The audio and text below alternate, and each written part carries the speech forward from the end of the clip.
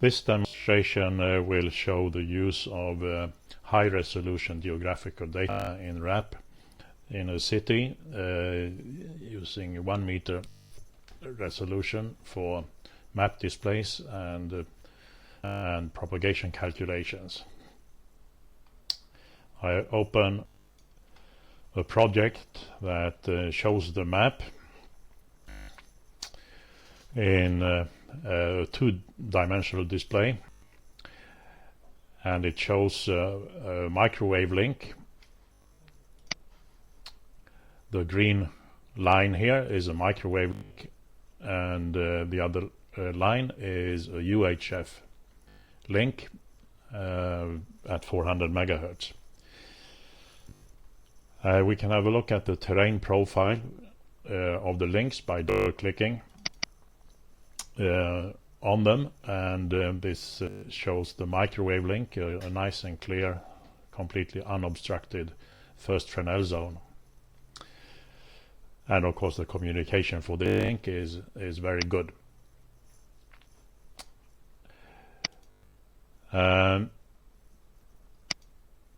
Doing a presentation of the other link, double-clicking,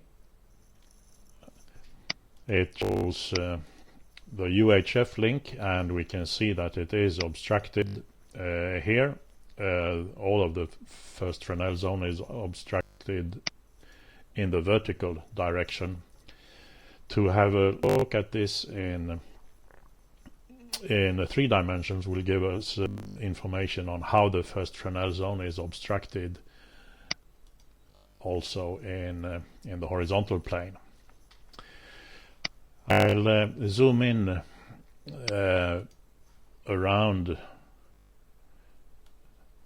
the area of particular interest to watch more details here. As can be seen, the resolution is sufficient to see the individual cars, parking space, and of course every building appears very clear and very well on this map. So looking at this in 3 dimensions, I select the 3D display, and it opens and displays like this.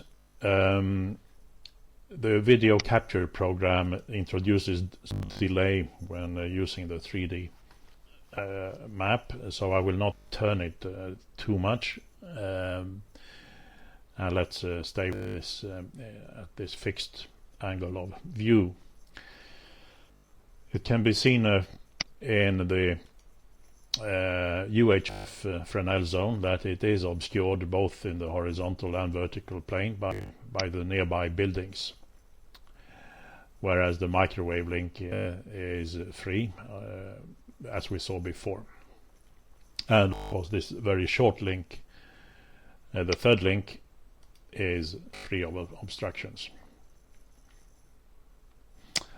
I'll go back to the 2D display.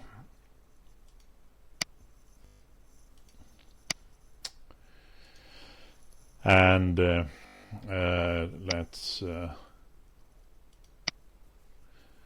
go back to the previous scale and perform a coverage calculation. I'll make a coverage calculation around the base station that is on top of the high-rise building. That one is this station. It's a 400 megahertz Tetra base station. And what I'm interested in now for this demonstration is to calculate the indoor coverage.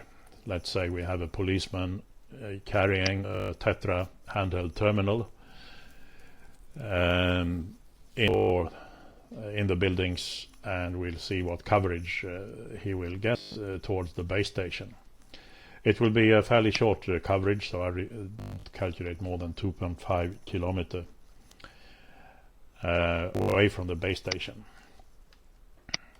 So pressing OK, there's a progress meter. It does not update properly through the video capturing program, but it's It is soon ready. The calculation takes perhaps 5 seconds or so. And there we have the result. I can show it in the map by making it visible. And the colors represent, now let's have a look at the colors.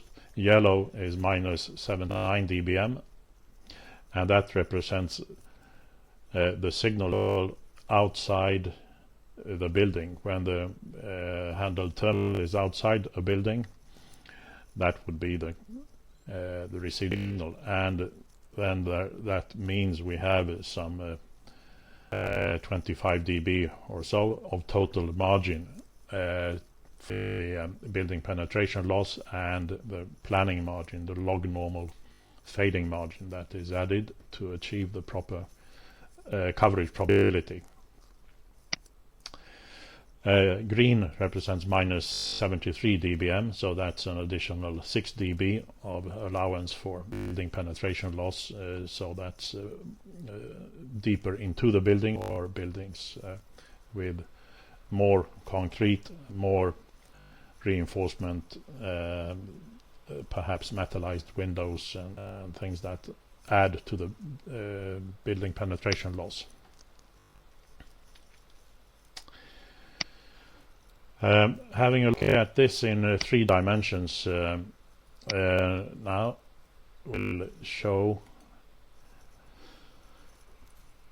in a very clear way where we have obstructions, and for instance south of the building where the base station is, we have a hole in the coverage, and this is caused by the base station being on the north corner of the building, so the building itself gives this reduction in coverage to the south and southeast. I will move the map a little now. Loads the video capturing program a lot, so it is quick and real time when I move it in DRAP, but the capturing program tends to get a bit choked by this, and also loading my computer a lot. Anyway, I hope that gave a good 3-dimensional rotating view. It's also possible to zoom in and out by pressing the control key and the left mouse button, and then move in and out, so I can zoom in like that. In order to get this kind of good result, good dimensional displays and propagation calculations, it's necessary to have a resolution of the data of better than 5 meters approximately.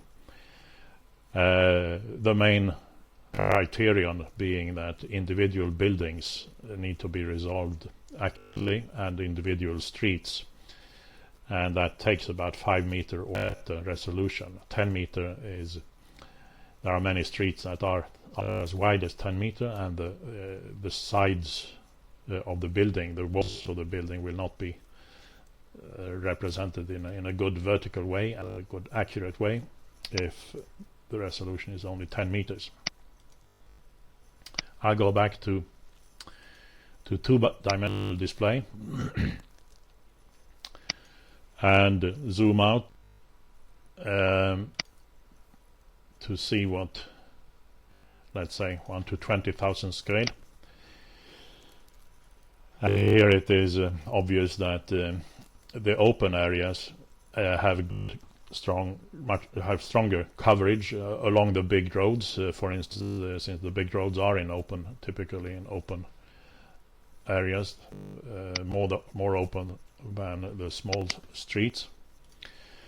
We can put on another contour that will represent the outdoor coverage, and that is, for instance, let's set that at minus 95 dBm. received signal level in the base, and I select the color for that.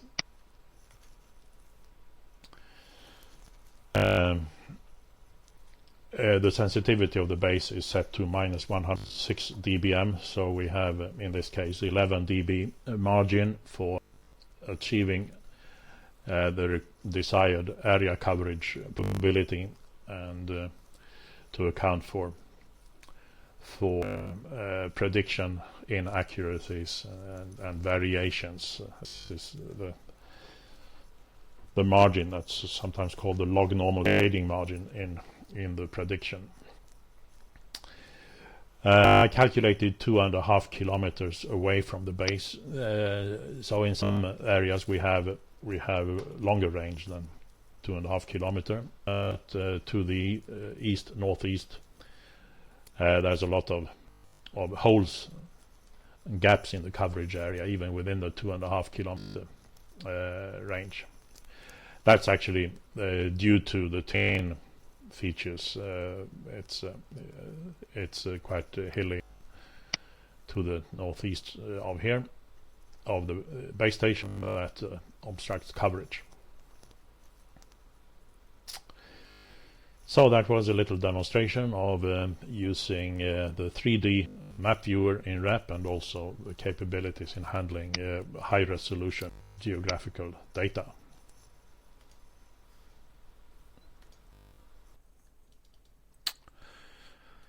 Coverage results in RAP can be exported to, for instance, Google Earth. The result that's displayed now can be exported in that way, and I'm going to do it just for the indoor coverage, so I remove the outdoor contour. And by right-clicking on the result, selecting export, I get the format selector here, and we will do it to Google Earth. That's the KML format. There are other export formats supported, like ArcView in shapefile, and grid ASCII and mapinfo formats, and it depends on what kind of target system that is available, which format that would be selected there. So then I select where to export the result,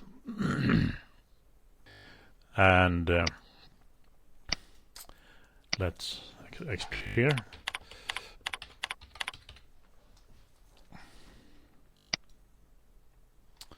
So I've given it a file name now, and pressing OK converts this result to a KML file format.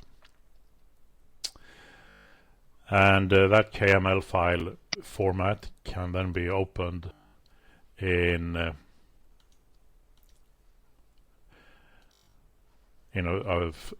file manager, and I'll just select it. It's here in video recordings. That was the one I did now, and double clicking on it opens my Earth installation, and it automatically sets Google Earth to the proper location, and there it is. And then for the rest of the presentations here, it is the Google Earth way of presenting things that now are selectable.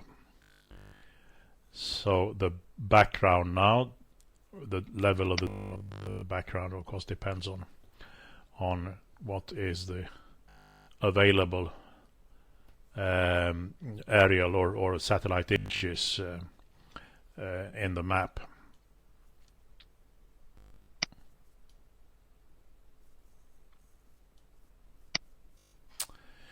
So that's a convenient way of presenting coverage results for in computer installations or for the general public, if that would be of interest, when RAP itself is not available for the coverage presentations.